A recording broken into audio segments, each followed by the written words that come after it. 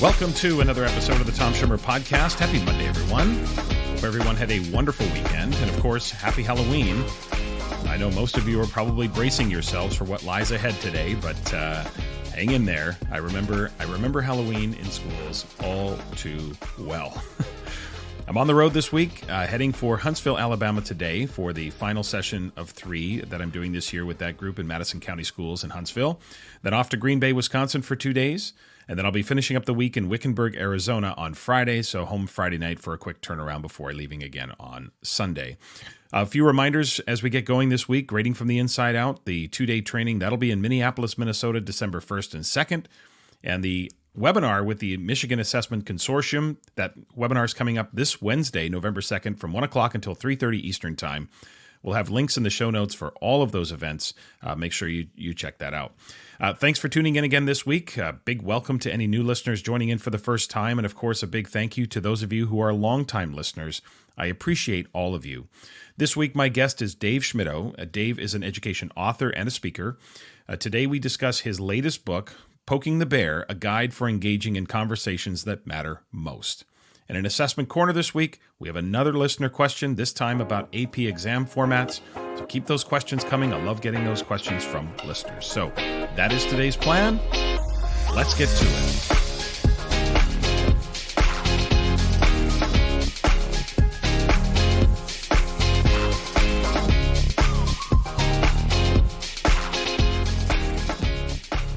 My conversation with Dave Schmittou is coming up. But first, don't at me. But I want to open this week with some thoughts on mutual respect, specifically within the context of a debate. Now, I'm going to intentionally leave out the details of what caused me to think about this because I have no beef with anyone, and I don't really want anyone to think that I'm coming for them or calling them out because, like most exchanges I have, whether it be face-to-face or on social media or anything like that, they actually cause me to reflect on the bigger picture. So the issue isn't really about the acute situation. It's more about the larger question. Now, the larger question for me that came up this week is this. When are you no longer obligated to show respect? In other words, does there ever come a point where all bets are off and you no longer have to show the level of respect that you would like in return when you're engaged in a debate? Now, I think we can all agree that in any debate situation, mutual respect is the most favorable approach, that we debate the merits of an idea, we debate our particular position, we be open to hearing others' perspectives, maybe try to find some common ground, and if we can't, well, at least we leave the conversation with a better understanding of each other's point of view. That would be the best case scenario. But is that the norm these days? I'm not so sure. But okay, so here's the question I'm really contemplating. If one of the parties involved in a debate is perceived to be disrespectful or not acting in good faith, is that when all the rules of engagement get tossed out the window and we hurl disrespect right back at them?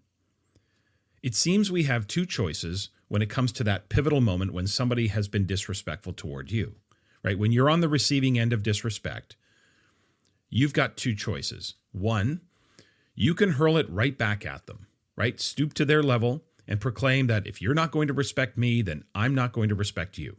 You're not acting in good faith, so neither will I. And then what happens is the whole conversation devolves into something far different than the original point of the debate. I'm not so sure this is the way to go. I think mutual respect, of course, is important. I really do. But I also subscribe to the idea that once you start debating methods, in most cases, debating the person's style or their approach, it starts to feel like you're losing the debate of ideas. I don't know that that's always the case, but I definitely subscribe to that. Would it make a difference to you if the person you perceive to be being disrespectful holds a disproportionate amount of power? What if it was your boss? Or maybe somebody who has a higher standing in a field? Does that make a difference to you? I'm not sure. So on the one hand, we can just hurl disrespect right back at that person and say, if you're not going to respect me, I'm not going to respect you. Now, the other option we have, of course, is to simply call it out, to say to that person, look, I'm not sure you're debating in good faith here, or that feels a little dismissive or disrespectful of my position. Maybe you say something like, to reduce my position or approach to an oversimplified caricature or to create a straw man seems a little unfair. And we all know that that's the right way to approach this, right? But it's way easier said than done partly because we don't want to do it. We just want to hurl it right back at that person. I mean, these days, the rates of whataboutisms seem to be off the charts. Call someone out for their dismissive or disrespectful words or actions, and it's almost instinct to now say, well, what about them? What about what they said? Why don't they have to show respect, right? What about the whataboutisms in our society today seem to be rampant. Now, maybe it's all true. Like maybe that person should have been more respectful, for sure. But is that one of the rules of engagement in debate? If others show no respect, then they don't get any. I think what gets lost in all of this sort of self-righteousness and whataboutisms is the question of who you want to be. Is that who you want to be? Do you want to be the type of person where when there's any hint of disrespect, you become just as disrespectful as them? Is that what you want people to see in you? Is that what you want them to think of you? Now, you might feel justified in what you said or what you did in response to that person, but it may be important to remember there can often be a wider audience. And that wider audience, again, whether face-to-face or on social media, that wider audience starts to learn things about us by the way we react in those types of situations. If there is, for example, a debate at a faculty meeting or at a conference where there are other participants watching and listening in on the conversation, we really should be mindful of how we come across. Like I said, on social media as well. Now, you might get some likes and retweets out of hurling disrespect back at somebody, but is it worth it? Is it worth revealing that side to you? In any debate, someone has to be the one to get the conversation back on track. But it feels now more than ever that we rush, maybe even crave the opportunity to fire back, put someone on blast, and claim innocence because, like a 5-year-old might proclaim, they started it. Sometimes in these exchanges, we have to, independent of the person we're debating or disagreeing with, we have to ask ourselves, who do I want to be in these situations? I know, again, that's easier said than done. And I'm not sitting here trying to tell you that I always get it right, because I don't. But I do think being reflective on how you engage is essential to ensure that you don't become that which you loathe. We can all let our courage, especially our keyboard courage, get the best of us. But maybe now is the time for every one of us to ask a simple question. Who do I want to be when I engage in the debate of ideas? What do I want the wider audience to see in me as I engage with others? I know that social media rewards extreme and sarcasm and outrage and definitiveness, and it never rewards nuance. But almost everything, especially in education, requires nuance to arrive at meaningful solutions or common ground. Who do you want to be in those situations? That is the question. 3, 2, 1,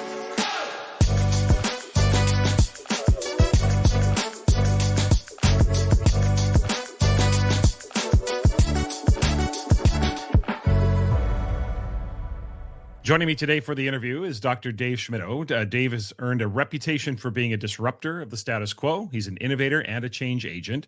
He has served as a classroom teacher, school-based administrator, central office director, and a professor of educational leadership. He's also the director of leadership and development with the Teach Better team. He's written multiple books. He's written books called It's Like Riding a Bike, How to Make Learning Last a Lifetime, Bold Humility, and Making Assessment Work for Educators Who Hate Data But Love Kids, and his latest release with Katelyn Giordano, which is Poking the Bear, which is going to be our focus today. So, Dave, want to welcome you to the podcast. Oh, I appreciate it. This is one of those interviews that I was just hoping I'd be able to do someday. So I feel like I've made it right now. Well, hey, you know what? If there's any good way to start an interview, it is to send that kind of compliment to the host. I appreciate that, Dave. It was great meeting you last week. We've certainly, connected through Teach Better and connected online and Twitter, but we met, like many people. I mentioned this with Don Harris last week, is you meet people for the first time, even though you feel like you kind of know them. But it's different once you meet people. The conference was great. Certainly your role in having that conference play out the way it did. It was a very, very spectacular event. It really was. It was a great to connect with people, great speakers. So congrats on that as well. I appreciate it. It felt like a family reunion. You've got these long lost uncles and cousins. Some people Yeah. you're okay to never meet, but this was one where I felt like everybody just had to sit down and break bread together, and it was so good, so good. Yeah. Yeah, obviously the last conference had been in 2019, so it'd been a few years before, the larger group had come together as a conference, and certainly your Teach Better team, the executive and the team that drives it have been together, but the larger team that's connected to Teach Better, first time together in 3 years. So really excellent event. Love it. We're going to talk about Poking the Bear today, the book that you and Katelyn wrote, and I want to get into some of those topics. But before we do so, Dave, for those that aren't familiar with you, can you briefly take us through the resume, the journey, the professional journey? Where did you start your teaching career? Kind of where have you gone along the way? What positions have you held? And what has led you to the point where you are today? Ooh, it's a loaded question right here. What led me to here? But All right. so I've been in education for 2.5 decades. In that time, you started the journey just like most people. Start off as a classroom teacher. I was a middle school teacher, language arts and social studies. I love those awkward middle school years. Love the stinky, hormonal, hairy kids. They remind me of myself, and I was able to just fit right in. Then I started the progression, went from that to dean, athletic director, assistant principal, served as a principal in multiple schools in multiple states at multiple levels. I found my way to central office where I was an assistant superintendent, and then eventually to higher ed where I was a professor of educational leadership. I've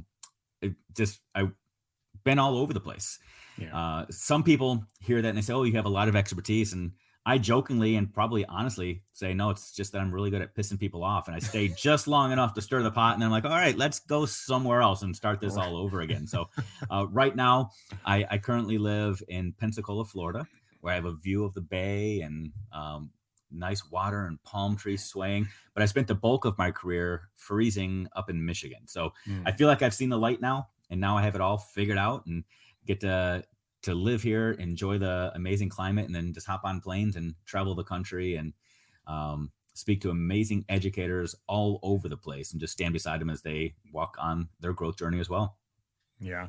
You don't rub it in that you live in Florida, and as we're all approaching fall and getting into the winter, and we're ready for those dark days, you're going to just be walking on the beach, and I know you won't be rubbing it in on Instagram or Twitter at all. No. The fall colors here. I mean, the roses are starting to bloom, so we're starting to see some of those fall colors. All right. That's enough about that. The rest of us think it's unfair that some people get to live where they live, but we all make choices. That's for sure. Where in Michigan were you? I started my career in Southeast Michigan in the Metro Detroit area. Okay. Worked in a large district called Plymouth Canton. Then I was an administrator in a couple of other districts. I was an administrator in Brandon. I was an administrator in Milan, an administrator in Trenton. So, but always if we were to do the Michigan hand, if you go just south of your thumb, that's where I spent the bulk of my career. Okay, great. Yeah, you certainly have had a vast career. Pissing people off. I was just saying you can't keep a job. I've been through similar stretches where it's like every year or two you're changing positions. Like, am I incapable of keeping a job here, or what is happening? But stayed just long enough to get it on the resume, right? There you go. All right. So let's shift to poking the bear, which is something I know you love to do, and I know Katelyn loves to do. So let's just talk about before we dig in. What inspired the book? Well, I think I know what inspired the book, but just for listeners, where were you and Katelyn coming from? Why do you think this book was necessary? Why did you write it? What sort of inspired you to take this project underway? No, I appreciate the question. So, Poking the Bear, the name of the book would make somebody believe that we're just coming in and stirring the pot. We're coming in and just trying to get people agitated and frustrated and ripping the Band-Aid off of a lot of wounds in the educational field, but that's actually not the purpose behind it. What we recognize, and we meaning me and Katelyn Giordano, is that in education, a lot of people have a voice, but their voices tend to be muffled. They tend to stay quiet because they're not quite sure if anybody's going to listen to them. And we wanted to provide an avenue for everybody to amplify their own voice. So in Poking the Bear, we provide a platform where both Katelyn and I share our opinions on 24, 25 different topics, but she and I aren't seeing eye to eye on everything. She shares her opinions, I share my opinions. And then within the book itself, we provide space for people to write their own opinions, to write their own thoughts, because we understand and we believe that oftentimes evaluating and judging others is a first step towards reflecting on your own practice. It's easier for you to look at somebody else and say, I don't agree with that. I don't agree with what that person is saying, or I do agree with that person, before you're able to look yourself in the mirror and say, but what do I truly believe? And we don't want people to just stop at the, I believe what they believe, or I disagree with what they believe. We want people to start creating their own, as lots of other people have said, their own manifesto, to come up with their own belief statements. Because when you stand for something, it's a whole lot easier than standing against something. So we created Poking the Bear to provide this avenue for people to stand for something. So we encourage people to reflect, to have their conversation with themselves in the mirror, and then to carry that forward with their own staff, their team, their department, to then engage in those conversations. Because if we're just talking pedagogy and instruction, we know that collective teacher efficacy is a major driver of student success. And we want teachers to be able to have those critical conversations that we know matter, so it can drive student performance, so it can change destinies, and it can change careers. It is true that in some situations, teachers' voices aren't heard by leadership. They aren't heard by the larger sort of management, if you will, superintendent, principals. But it is also true that sometimes that's just a teacher's perception, that they don't think their voice will be heard, but that's not actually the case. So how do we, say, as educators, get out of our own heads and have sort of the courage, if you will, the strength to kind of make sure our voices are heard? Because I know a lot of people are inhibited to voice their opinion. People hesitate. They worry about, frustrating principals or colleagues. How do we get out of our own head and make sure that our voice is heard? I'll paint the analogy to a classroom teacher with his or her students. If the only time we allow students to voice their opinions or to share their thoughts is in a collective scene where the teacher asks a question to the masses and then asks the students to raise their hand and participate, you're going to see that you have a few people that will participate every single time. And you'll also recognize that there are a few people that won't ever want to share, because they're either worried about the perceptions, or they think my voice doesn't matter, or the teacher has their own favorites who they're always going to call on, so on and so forth. And the same thing is true with adults. If the only mechanism that we are ever afforded to share our opinion is in front of the masses, the same thing will happen.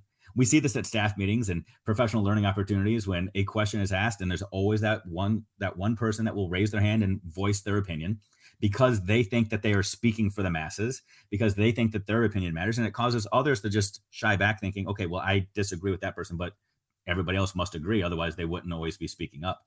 It's up to leadership to create structures where every single person has the opportunity to share thoughts, insights, opinions, to debate, to discuss, to lean in.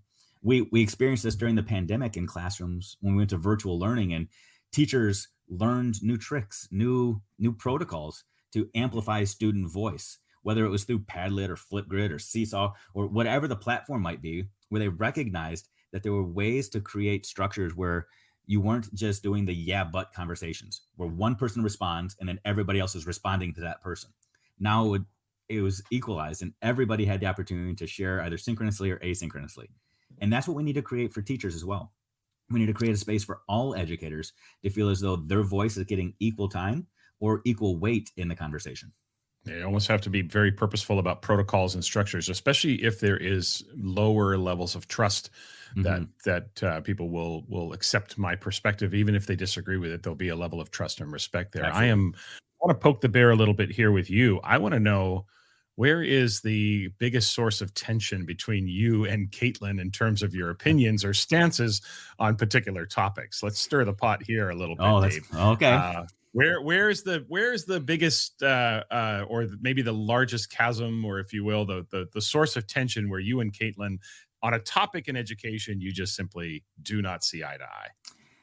So this is going to probably play into the stereotype, but I'm a middle-aged white guy who spent the bulk of his career in administration.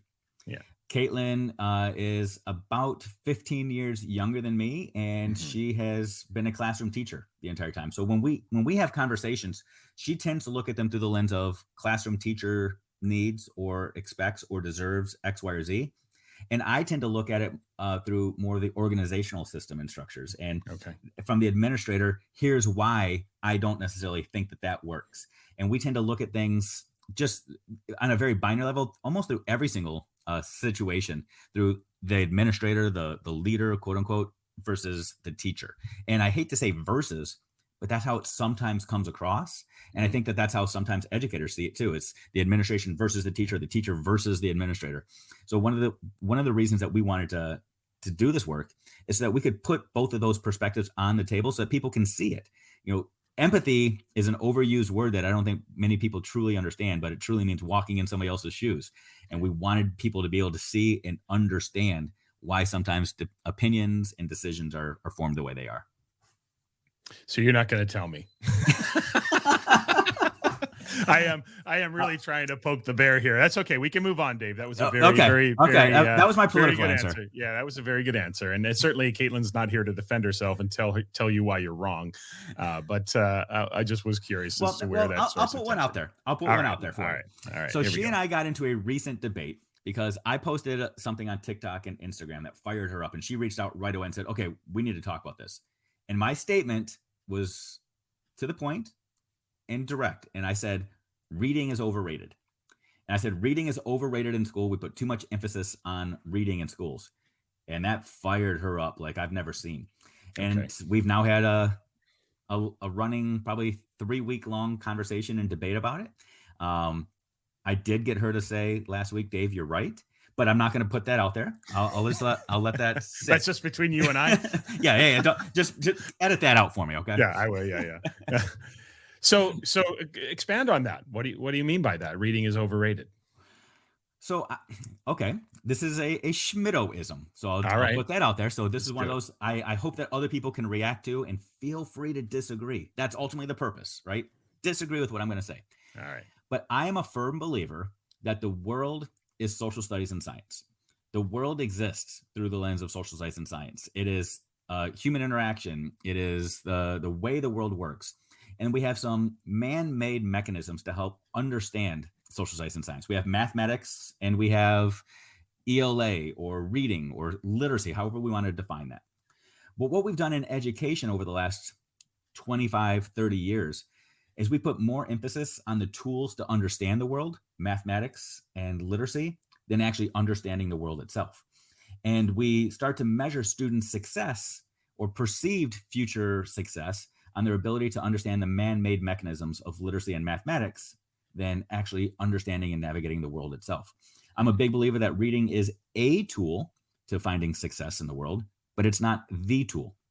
I think that sometimes when we put so much emphasis on reading, especially in the school situation, we make statements like, if that student can't read, they won't be able to find success. And that limits our creativity as educators to say, if a student is struggling with reading, is there another way to still teach them about the world, to teach them how to navigate the system, as opposed to saying, if they can't read, they will never be successful. And it becomes almost an excuse for us not to be creative in the classroom. That is interesting, Dave. I know you are definitely going to be in the minority in that position. So and I don't have the statistics in front of me, but how would you respond to someone who comes back and says, but Dave, literacy rates are connected to economic success. They are connected to life chances. They're connected to so many different successes that different jurisdictions can claim, and whether it's a state, a province, a country. The connection to literacy rates is incredibly strong. And so how do you respond to that? Yeah, it's a very simple argument of correlation versus causation. Okay. What we also see is that literacy rates are directly tied to social economic indicators within societies, within cultures, within families. In other words, kids who read more are kids who come from families with more affluent backgrounds. Kids read based off of the experiences they have. So if you were to see the bookshelves to my left, I literally have thousands of books here. Yeah. And I don't have a single book here about nuclear fission or nuclear fusion or how Pluto became a dwarf planet, because I don't really have a whole lot of interest in those topics. What I do have books about are leadership and education and things that I have life experiences about. And it's the same thing with kids. Kids will go and read about things that they already have interest in or they already have exposure to. When kids come from families where they're able to go on vacations, they sit around the table and have conversations and they have discussions. They then pick up books to enhance the knowledge that they've already been given as a foundation. Very rarely do we as humans, whether it's adults or as children, pick up books to gain novel exposure to new concepts and topics. So, Right. yeah, there is a correlation between literacy and socioeconomic and long-term success. But beyond that, there's a connection between reading and life exposure and skills of social studies and science and experiencing the world. Listeners, you heard Dave's invitation. Hit the Twitter handle is at Dave Schmittou. Instagram, if you want to come back at Dave, he is open to Yes. the pushback, and we'll leave it at that. Bring it, So yeah.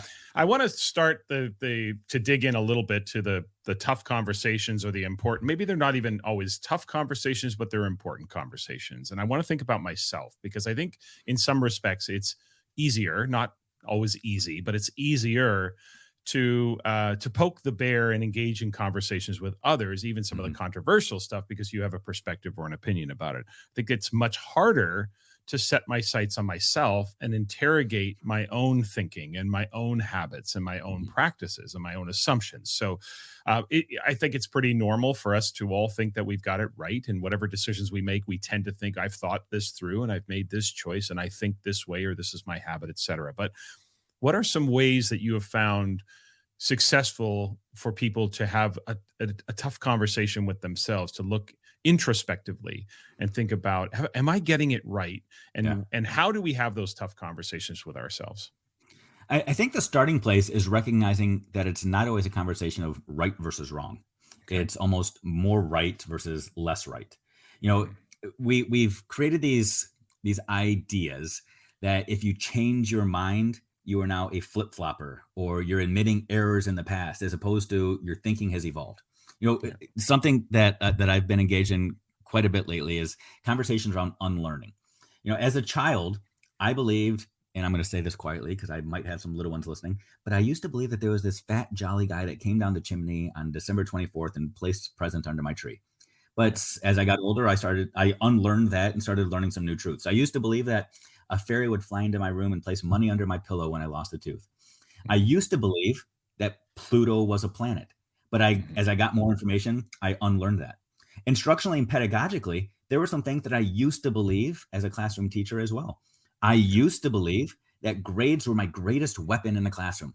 I had a mentor teacher, former drill instructor, who told me grades are your greatest weapon. They will get kids to do things or not do things that nothing else will. And I carried on that belief for 2 or 3 years until I learned some new information that caused me to change that. I used to believe that learning styles were a reality, that within your lesson plans, you had a plan for auditory learners and visual learners and tactile learners, until I started learning some different research about it. And the more I learned, the more I was able to change and evolve. And I think it's important for us to go back and think about the things that we have unlearned in our lives. And that causes us to reflect and realize that I don't have to get defensive about the things that I currently believe, that it's okay. And I might get some more information about new things and new approaches to what I currently believe, which allows me to change even more. I wonder if there's a correlation between those individuals who can be reflective and unlearn for themselves and sort of put the spotlight on themselves, and that person's ability to engage in a conversation with colleagues. If I'm tough on myself, in the sense that I re-examine my habits, I don't know what your thoughts on that are, but it makes me think that a person who is reflective of their practices, a person who thinks about what they do and is ever evolving and ever changing, doesn't find those tough conversations. Again, I don't have any data to back this up, but it feels to me as if that person wouldn't have as tough a time. But if we are unable to reflect on ourselves, then I can see there being a challenge with having those tough conversations with other people. Do you subscribe to that? Do you think there's something there? I do. I also recognize my own bias in this. Okay. You know, for the first 22, 23 years of my career, I struggled with admitting that I still had things to learn. I jokingly tell people I was more insistent on creating itty bitty schmitties than I was creating amazing educators. I wanted everybody else to think and believe and do things my way. And as a result, I honestly craved difficult conversations, because I thought this is going to be an opportunity for me to hit somebody over the head with how smart Dave Schmittou is. It's going to be an opportunity for me to let them know how wrong they are and how right I am. And I craved difficult conversations because I felt like it was an opportunity for me to elevate myself above others. And I think at times there are some people that still subscribe to that mindset. I think that there are times that educators subscribe to that mindset with students, number one. I think there are times where administrators subscribe to that with their teachers. And I think there are times where some teachers subscribe to that thinking with others, that they want their voice to be heard because they want to be elevated. And in their mind, there's no conversation that is difficult. In my mind, where I'm at right now, there are some conversations that are really, really hard for me to have. But I also know that those are the conversations I need to be having. I experienced quite a few of those during 2020 and 2021, where I had my mindset made up about what I truly believed about some things. And I was smacked across the face with reality and recognizing a lot of my own biases that made me feel extremely uncomfortable. And now I lean into that discomfort. I lean into it because I know that on the other side, I'm going to be stronger as a result. Give us an example of something that sort of smacked you in the face during 2020 or the quarantine or pandemic. Yeah, you thought people were tweeting me about the readings overrated. Get ready for this. I participated during the Black Lives Matter movement. I participated in marches and walks and protests, and found myself during each and every one pulling up my phone, capturing pictures of myself and my family marching, and posting these things on social media because I wanted people to know where I was and what I stood for. Mm-hmm. And when it really came down to it, I realized that was the extent of my protest and my advocacy, was me posting on social media what Dave Schmittou was about, because I made it about me and not the change that needed to take place. And the first couple times I was confronted with that, I got extremely defensive and said, you have no idea what's going on inside my head and my heart. But then when I was pushed to actually demonstrate action that I was taking beyond walking a mile down a city street with a camera in my hand, it got extremely difficult for me to truly articulate what I was actually trying to change. Mm-hmm. And that was a hard lesson for me to absorb and to take in, and to realize I had a lot of unlearning about myself to take, because it wasn't about me. It was about something much bigger, much more profound, something that required a lot more action beyond just a quick little selfie I was posting on Instagram. Yeah. I think a lot of us went through various stages of understanding and depth of understanding during that time, for sure. Yeah. I think maybe the silver lining or the little piece of good news, and I've talked about this before on the podcast, is that in some respects, there's an ounce of good news and virtue signaling. If that's what, I'm not assuming that's what you were doing, Dave. It absolutely was. But if somebody sees your post and it causes them, even if it causes them to do more than you've done, there's a little win there, even though you yourself are recognizing. It's very, it's certainly hard for all of us to admit that maybe we are doing things for performance, attention, all of those different things. So it's certainly very impressive that you recognize that and are able to articulate that in the way that you have. Can we shift now to tough conversations with our colleagues? We just talked about, ourselves, the internal conflict, et cetera. Let's talk about the external. So we've identified a topic, let's say hypothetically, I've identified a topic in our school that needs to be discussed, but I'm a little worried about poking the bear too hard and causing some backlash. And, I've got to work with these people. I think sometimes you and I are in a different position now because we can kind of shoot our mouths off and then we fly home. And, right. Yeah. And that's, you don't have to see those people the next day in the staff room or anything like that. So when we want to engage in a conversation about a controversial topic, a sticky topic, how do we do that with a level of finesse that prevents the unintended backlash from our colleagues? Yeah. This is an interesting conversation because you and I, Tom, you're right. We get to fly all over the place. And oftentimes we are called in because these kinds of conversations need to happen. And they know that there's safety in having somebody from the outside come in and stir the pot. Yeah. Conversations about grading, we know they're not conversations about statistics and truly about the arbitrary symbols we put on a page. They're conversations about values and priorities, and those become sticky conversations. Yeah. And one of the things that I would advocate for people within their local schools, within their districts, within their departments to do is simply ask questions. Not ask questions so that you can try to manipulate somebody, because we know that you can ask some questions where you already have your prescribed answer in the back of your head, but truly ask questions to try to seek clarity in somebody else's understanding. Ask questions and don't respond. Just ask questions to try to figure out somebody else's perspective, and be okay if they say, I don't know. If you ask a question about whatever the topic is, it could be something as mundane as, does homework have value? Ask a question and ask somebody, do you assign homework? Why do you assign homework? Do you see that it results in more learning?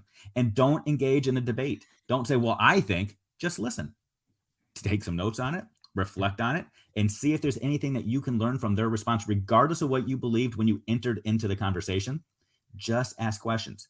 And then at a later time, go back and respond and say, hey, I've been thinking about what you said, and I'm wondering X, Y, or Z, and have follow-up conversations. If you get yourself to the place where your thinking has evolved, go to that person and let them know, well, your responses have really caused me to reflect on blah, blah, blah. I'm wondering about this, and then phrase one of your beliefs as a question or a wondering, not as I completely disagree, you need to change, but always engage in curiosity first, genuine curiosity. I think there needs, I like that you added genuine, because I think there needs to be a level of authenticity there in terms of asking the questions. But I think I love that idea of approaching these controversial, sticky topics through the lens of curiosity and asking others, to voice their perspective, opinion, practice, habit, whatever it is we're trying to talk about. I love the idea of drawing that out, and then not necessarily engaging in the debate in the immediacy, but engaging in the debate over time, so that we go back and forth and I reflect on what you said. And then I come back to you a couple of days later and say, it's caused me to think about this. What do you think? As opposed to, let's sit around the table. We've got 2 hours to hash this out. That's where I think the tension starts to rise. You're absolutely right. Going into, poke the bear, rattle some cages. I get all sorts of phrases thrown at me about, hey, we need you to rattle some cages about grading. It's like, all right, I can do that.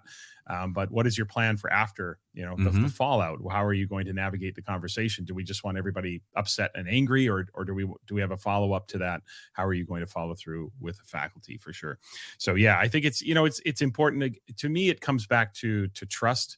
And if you have a trusting relationship, I think that's probably why you and Katelyn are able to engage in such strong conversations, because there is a level of trust between the two of you. You know each other. You've worked together before, and I think that helps ease some of that tension. Do you think? I absolutely. Yeah. The origin story of the book is actually, she and I were just involved in some of these, and it became a conversation of, hey, should we record this? Should we put this in writing? I wonder what other people would think. And there's this level of vulnerability then to take that debate and make it public. And have other people now weigh in where you don't necessarily have that level of trust. And that some people are going to come at you and they're going to take things out of context and not have the willingness to engage in the conversation and the true dialogue and debate. We know that.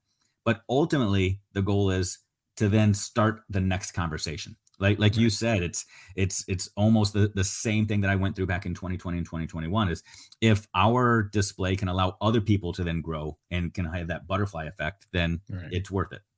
Yeah, fantastic. I think it's that sets a tone, and it creates an atmosphere where conversations are respectful but to the point, and trusting. What is, Dave, a conversation in education? Now you talked about reading already, but let's think about a conversation in education right now that you think is long overdue, that far too many people are unwilling to have. They're afraid to have the conversation, but it's a conversation from your perspective, Dave, that is long overdue. Okay. And again, I'm going to be reading your facial cues on this one, Tom, as I say this. It's at Dave Schmittou. There you go. So the idea of formative and summative assessment is one that I talk about a lot. And there are many people that label their assessments before they utilize their assessments. And they say, this is going to be a formative assessment, AKA it's not going to have much value or use to me. I'm going to do it just as a reflective exercise. But then I'm going to use that unreliable, invalidated data to inform my next steps. And then I'm going to have summative, which is going to come at the end of instruction. It's going to be more valid, more reliable, but I can't do anything with it because it comes at the end. I think the idea of labeling assessments prior to their use completely diminishes the value of their use. And we need to get educators to start utilizing all evidence formatively and summatively in tandem. I couldn't agree more with you, Dave. You're not going to get any facial cues from me, because I use a very similar phrasing. I will often say to participants in workshops, labeling something formative does not make it so. An assessment is only formative when it's used formatively. And listeners could probably know how I was going to answer, because they've heard me say this 1,000 times on the podcast. But it's about action, right? So, one of the phrases I'll use, I'll ask participants to spot the error in the following statement. And I'll say, oh, Tom, we We do formative assessment all the time. And what I'm trying to get them to spot is the word do as opposed to the word use. And it really is about the action. And using an assessment formatively means we've predetermined the purpose, but we're using it to make that instructional decision, thinking about its utility. But every assessment can be used summatively or formatively because the distinction between the two is in how you use the information. So you're not going to get any... not about the weight in the grade book. There you go. That's right. So that conversation is definitely ongoing, and I think we've evolved there. But still, I think where I think you're spot on is that I am a little bit surprised in 2022 that is still a conversation that needs to be had in so many places. You would think at this point, with the way that assessments evolved, since the late 90s and early 2000s and the standards movement, you'd think that we would have a deeper, more pervasive understanding of the distinction between formative and summative assessment. But it seems like in some places we still don't have that. Well, it's part of the larger conversation that we have all across North America, where it's so much easier just to label than it is to do something about the label, where good student, bad student, honor roll student, at-risk student, special education student, effective teacher, ineffective teacher, formative, summative. It's easier just to slap a label on it and keep on moving. Yeah, that's true. And the idea of summative at the end. Summative is not always at the end. Summative is big, formative is small. All of those different things are not really, because not really spot on with those definitions, because it is how you use the information. So assessment is used formatively, then you can call it a formative assessment for sure. All right, Dave, you talked about reading. I'm going to ask you for another one. This last question is before we finish up with the final two questions of our conversation. But the floor is yours. You have your position on reading being overrated, but I want to know about another position, a perspective or an idea where you're in the minority, but you don't care that this is a hill. You're prepared to die on this hill. So while everyone else is zigging, you're kind of zagging, and this is a perspective, a topic, or an idea that you just won't let it go because even though you feel like you're in the minority, you kind of feel like you're right. And you are just setting me up. At Dave Schmittou is the Here we go. handle. Can't wait to see the DMs coming my way. Well, let's just hope they come in DMs and it's not just blowing up everybody's That's feed. right. Okay, so I'll say this. I do not think teachers are leaving the profession in masses because of their pay. I think the pay issue is the cop-out issue, where we meaning society, we meaning administration, we meaning the collective educational society, can use that as our excuse because it's something that we don't have control over. So we blame pay. But I can tell you that when I started off as a teacher 2.5 decades ago, I wasn't getting paid squat either, but I knew it going in. But one of the things I did have was I had a cohort. I had people that I could lean into. I had other people that I was able to have conversations with and commiserate with and grow with and be part of a collective force with. I also knew at the time I was going to be growing and there were going to be people that were going to grow me. I feel like there are other issues at play right now that have taken away some of that autonomy, some of that collective growth, some of the cohort models of unity that are causing people to feel like they're on an island, that make them feel like they can't grow, they can't change, they can't evolve. And that's what's causing people to leave. It's pay might be a factor for some people, but I also know right now the latest statistic that I saw was that 83% of the educators who left over the last 2 years left for jobs that pay equal or less than they were making as a teacher. So. Well, I don't actually disagree with you on that. Listeners will recall that last week I had an opening commentary about this very topic, about teachers leaving the profession, and asking the question of society, what did you think would happen when there's this relentless onslaught against the profession, teachers under this purity test that no one can live up to, and the level of disrespect that the profession is experiencing, which I think is unprecedented in some places. At some point, society has to realize that you're going to get the education system you deserve or ask for, and people are going to start leaving. And really great teachers, people who are just born to work with kids, are going to say enough's enough. I can't do it anymore. I would agree with you. I don't think it has anything to do with the pay. We all know Now, I would say that in some places the compensation is incredibly disrespectful Sure. and demeaning to the job. But generally speaking, the salary, we all know what the salary is going in, and we know what we're up against. But I would agree. So I'm zagging with you there, Dave. I don't think the pay is a reason why. I think it's satisfaction, it's level of respect, it's all of that. So I'm with you. So there's two of us here. So you're not alone. Fair enough. Don't tweet. So it's Dave at Tom Schimmer. That's right. Well, they know how to get at me, Dave. They have my email, they have my handles, they have all of that. So 2 questions left as we finish up. I've shifted this around a little bit, listeners, you'll recognize, and just as we go along. But 2 questions left as we finish up. This is a question I ask everybody who comes on the podcast, and it's quite simply this: educationally speaking, what keeps you up at night? How to make sure that the teachers that are doing things for the right reasons recognize that they need to keep going, and that there are other people that believe in them and support them, and that they don't need to adjust, change, pivot, and cave to the masses. Yeah. How do we do that? How do we make sure? What are some ways that you found that helps bring that level of renewal to people to make them sort of feel that way? You know, Tom, just in this conversation, when I said, I'm going to be reading your facial expressions, and when I see that smile, or I hear you say, hey, at least there's another one that believes it, that goes a long way. And sometimes if you're able to see the good work happening and just letting people know that you see it, you appreciate it, and you affirm it, that goes a long way.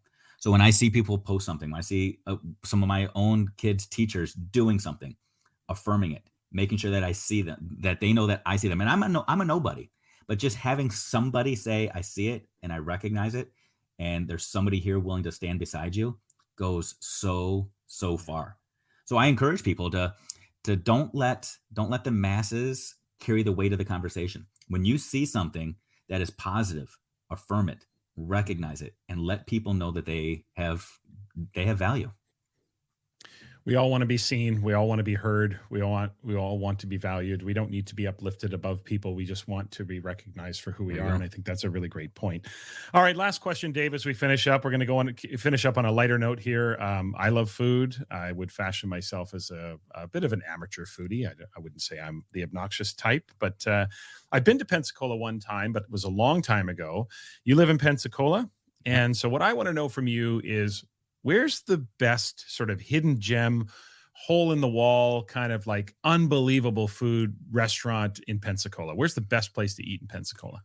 So I moved here a couple of years ago because my parents live here. And I would say my mom's kitchen is the number one place in Pensacola. How am I supposed to go there, Dave? Well, yeah, there's two issues with that answer. Number one is I can't call my mom's house a hole in the wall. And two, I don't think she's going to open the door for strangers to come in and say, come try my lasagna. Knock on the door. I know Dave. Right. Well, you can try it. She might let you in. She might scare you away. Right. But I would say if you're looking for a public venue, there's a little place just a couple miles down the street from me called the Floribama. Not necessarily a hole in the wall, but it is a dive. But it is well known now. Floribama, literally on the border of Florida and Alabama. It's a dive bar where there's live music all day, every day. Kenny Chesney has actually had a concert out on the beach there. They have the best shrimp and grits, and a nice little drink called the Bushwhacker, which is basically, think about a Wendy's Frosty with rum in it. It's amazing. Dang. You're speaking my language when you say shrimp and grits. The first time I had shrimp and grits, I was in South Carolina, and I'd never had it before. It looks very unassuming and just comes to you. I wanted to lick my bowl. I could not. Right. Like, it was so good that I've now started making it at home, because of course here on the west coast of Canada, shrimp and grits is not, obviously a dish that is native to this area. It's not a popular dish here at all. So I've tried to figure out how to make it. But so you're speaking about shrimp and grits at the Floribama. The Floribama in Pensacola, Florida. Listeners, you ever get down to Pensacola, you know where to go. Fantastic. Listeners, you can connect with Dave. I've given you the Twitter handle several times, so you can tweet at him or DM him. But once again, Twitter, Instagram, both the handles the same. It's at Dave Schmittou. Dave is also on Facebook and LinkedIn. The website is schmittou.net. And Dave, one thing we did not talk about during our conversation is your podcast, Lasting Learning Podcast. Just briefly tell listeners about the podcast and how they can tap into that and subscribe. Yeah, I appreciate that. Yeah, the Lasting Learning Podcast, it's a podcast that went through its own evolution, where it started off 5 years ago with me pontificating, thinking people cared what I had to say. And I quickly realized nobody cares about Dave Schmittou's opinions on anything. And it shifted to me then trying to amplify hidden voices in the field and outside of the field, just people that have learned and extremely important lessons in life, whether they are classroom teachers, administrators, or professionals out in the real world. For example, I've had Melissa Bernstein from Melissa and Doug Toys on talking about her journey. I had a woman named Jessica Gentry on, Jessica Leahy on. So just going out and trying to find amazing people that can instill the things that matter most to us, that can cause you to pause, think, and reflect about the things that matter most. So Lasting Learning Podcast, feel free to check it out. Fantastic. Dave, I think you're selling yourself a little short. I think people do care what you have to say. You have a very large following. I think people look to you as a leader in education, as somebody who inspires them. So try not to diminish that too much, because you also need to be seen. You need to be heard. And I think people are very inspired by the work you do, and certainly consider you one of the people that they follow. Your perspective matters a lot to people. So you need to know that. Dave, this was great. Thanks for doing this, man. I really appreciate it. Absolutely. Let's do it again. This podcast is a proud member of the Teach Better Podcast Network. Better today, better tomorrow, and the podcast to get you there. You can find out more at teachbetter.com/podcast. Now let's get back to the episode. In Assessment Corner this week, we have a listener question from Joey, who comes from Maryland, I think. This is what Joey writes. She says, I teach 2 AP Social Studies classes. I've really been working over the past 2 years to incorporate more standards-based grading and general intentionality in developing assessments, and I think so far that I've been doing a good job. Always tweaking, she said, but I've seen a huge change in my approach to instruction and assessment, as well as my students focusing on learning. That said, she says, AP is inherently test prep. As I've said on the pod, she says, as you've said on the podcast in the past, tests are real, and certainly preparing for professional exams like the bar exam or the NCAP require prep. Do you think there's anything, so here's the question, do you think there's anything wrong with melding a standards-based approach through one kind of assessment, but continuing to include tests that model the actual AP exam style questions so the kids know what to expect? Okay, so that's the question essentially. Do we incorporate that style? So let me start here. Being standards-based is not contingent upon a certain type of assessment method or format. I really think we need to retire this whole, you're not really standards-based if you do this, or you're not really standards-based if you do that. And you've heard me say this on the podcast many times before, but it's worth repeating. There is no purity test, okay?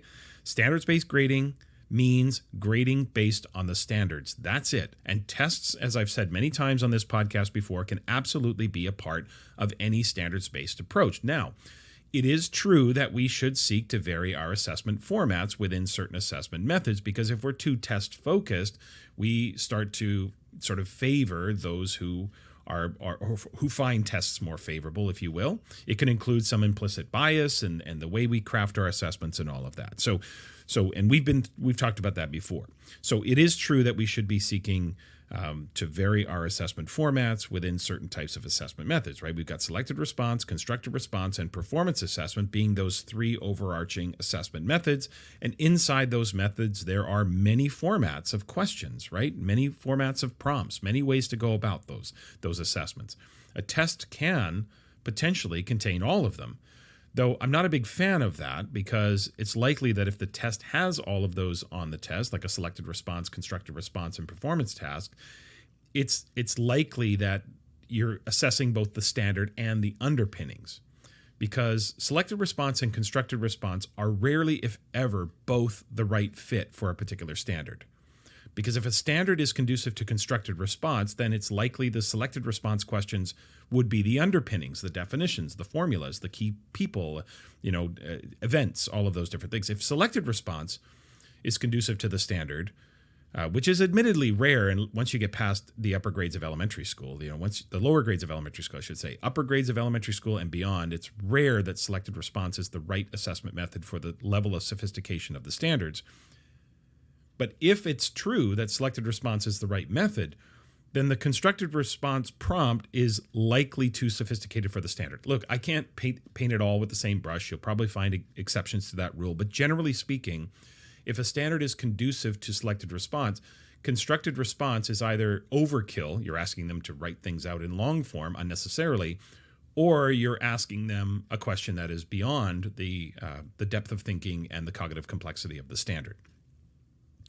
There's nothing wrong with that, by the way. I mean, those questions can be used as extension questions, challenge questions, or something like that. Again, nothing wrong with it per se, but it needs to be kept out of the determination of the level of proficiency on the standard. But the bottom line is that tests can absolutely be a part of your repertoire, as I've said many times on this podcast. So let's go back to Joey's question again. Joey's question, do you think there's anything wrong with melding a standards-based approach through one kind of assessment, but continuing to include tests that model the actual AP exam style questions so the kids know what to expect? And the short answer to that question, I would say, is no, but to a point. Now, let me explain. There is this old sort of farmer's adage, if you will, in assessment that goes like this: you don't fatten the pig by continually weighing it. Now, that quote is often used in reference to, overgrading, not focusing on feedback, too much emphasis on summative assessment or summative determination, and not using formative feedback as a way of advancing proficiency. But I would also say the same thing about test prep. There really is not much evidence in the research at all that supports the idea of repeated use of practice tests as a way to prepare students to perform well on an assessment, because what actually matters the most is their learning. What will prepare those students for any assessment better than anything else is a deep, thorough, sophisticated understanding of what they're learning. That's how you prepare them, right? Once they have that, then they'll be prepared for anything, any type of assessment that comes along. However, an unfamiliar assessment method or format can trip up some students, for sure. So on the one hand, there's no real significant support for practice testing, say in academia or the research. Common sense would tell me that having at least some familiarity with the method or the format and the various formats that they might encounter is going to help ensure that the assessment yields a truer picture of where the student is in their learning. A complete lack of familiarity could actually become a confounding factor in terms of the student's results. If the student does poorer than expected, for example, we might think it's because they don't understand the material as well, or they didn't prepare as properly as they could have. That could all be true, but it could also be true that the format or the method threw them off. Confounding, of course, meaning to throw into confusion. So when you have a confounding factor like the format or the style, it would throw the results into confusion, if you will. The results would be less clear, and those confounding factors would make it difficult for us to get a true read on where students are, which is why in education research, or research in general, it can be so challenging. Confounding factors make it very difficult to draw a straight line or make a clear connection between your independent and your dependent variable. So we have to watch that. I think there's balance here. So for me, Joey, the bottom line is this: I wouldn't become obsessed with replicating the AP exam style and format. I would focus more on developing their learning, their trajectory, feedback, formative work, all of that. But I would make sure that my students had enough familiarity so there's a level of comfort that allows them to focus solely on thoroughly answering the questions. 3, 2, 1.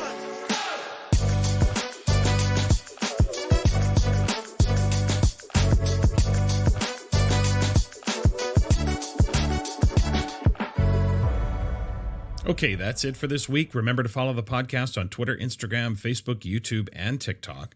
Also, please email the pod, tomsugarpod@gmail.com, if you've got questions for Assessment Corner, or if you have any suggestions or feedback for me about the podcast. And a reminder to check the show notes for the links for those upcoming professional learning events this month and also next month. Obviously, that webinar is coming up this week. Next week, my guest will be Laura Rizzo. Laura is a former high school counselor who is now a speaker, a teen coach, and a staff developer who focuses on social-emotional learning. I met Laura at the Teach Better conference a couple of weeks ago, so really looking forward to that conversation. Please subscribe, rate, and review the podcast, especially on Apple Podcasts, but a rating and review on any platform, of course, will help grow the podcast's reach. And if you like what you hear, please keep spreading the word about the podcast to your friends, your colleagues, or on social media. I would really appreciate that. Have a great week, everyone.